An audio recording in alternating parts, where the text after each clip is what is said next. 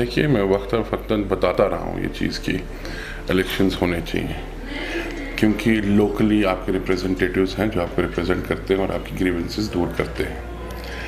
अब लोग ऑफिसेज में, लोग सेक्रेटरीट में कहाँ तड़पे, तो मेरे ख्याल से रिप्रेजेंटेटिव्स इनको मतलब इलेक्ट करने चाहिए, इलेक्शन होने चाहिए। तो जहाँ तक आपने लाइट का बोला, तो ये प्रॉब्लम सिर्फ लाइट की ही नहीं है। एडमिनिस्ट्रेशन पूरी फेलियर है, मतलब it's totally complete failure of the administration on ground. Light नहीं, आप देखिए सड़कों पे प्रॉब्लम्स हैं, ड्रेनेजेस ये ठीक नहीं है, you don't find employees on duties, मतलब सब कुछ अफरा तफरी में ही चल रहा है। ये चलाने वाली बात है। बेसिकली आपको पता है बीजेपी का फोकस कुछ और है, वो नंबर गेम्स का।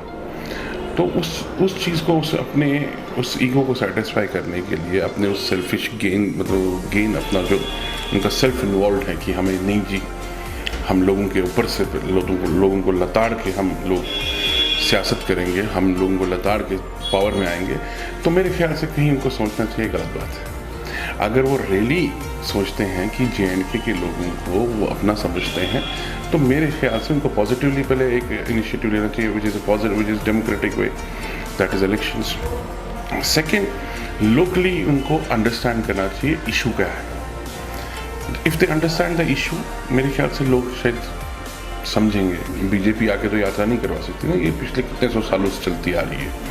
तो ये एक बॉन्ड है कश्मीरी का और यात्रीज़ का, और ये एक सिंबल है harmony, communal harmony in the state. So इसके छेड़ना इनके लिए मतलब मेरे ख्याल से गलत बात है। तो इसको सिक्योरिटी से अगर सेट करें, मैं आपको बोल रहा हूँ कि पार्लियामेंट पोल्स कराएंगे, उस टाइम भी अवेलेबल थी सिक्योरिटी।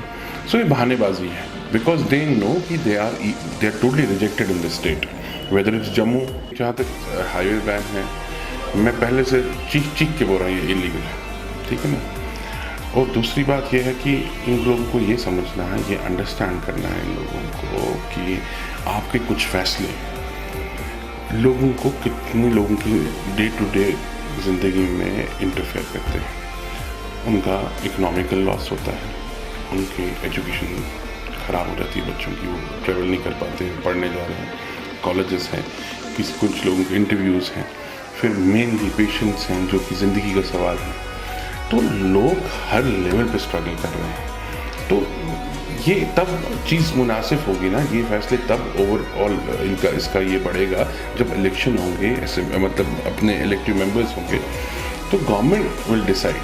अब आप 4-5 लोगों में आपने 4-5 लोगों को रखा है 1 करोड़ लोगों का मुकद्दर डिसाइड करने के, तो दैट इज़ नॉट पॉसिबल कि हमारे हर फैसले ठीक हो सकते हैं। चाहे वो अब मेरे पे भी अप्लाई होता है कि मेरा हर कोई फैसला ठीक नहीं हो सकता, मेरा हर कोई मशवरा ठीक नहीं हो सकता, पर जब ये जॉइंटली एफर्ट लिया जाता है तो उसका एक आउटकम जो निकलता है वो बड़ा पॉजिटिव निकलता है।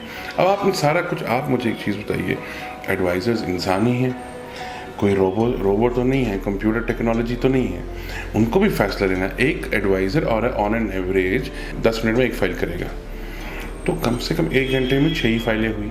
तो अगर 10 घंटे भी काम करेगा, 20 घंटे भी काम करेगा, तो कितनी फाइलें हुई? वो 30-40 फाइलें होगी।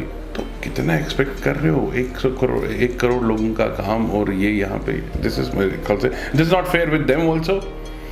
ये उनके साथ भी अच्छा नहीं है, और ये लोगों के साथ भी अच्छा नहीं है, और ये मुस्तकबिल के लिए भी अच्छा नहीं है।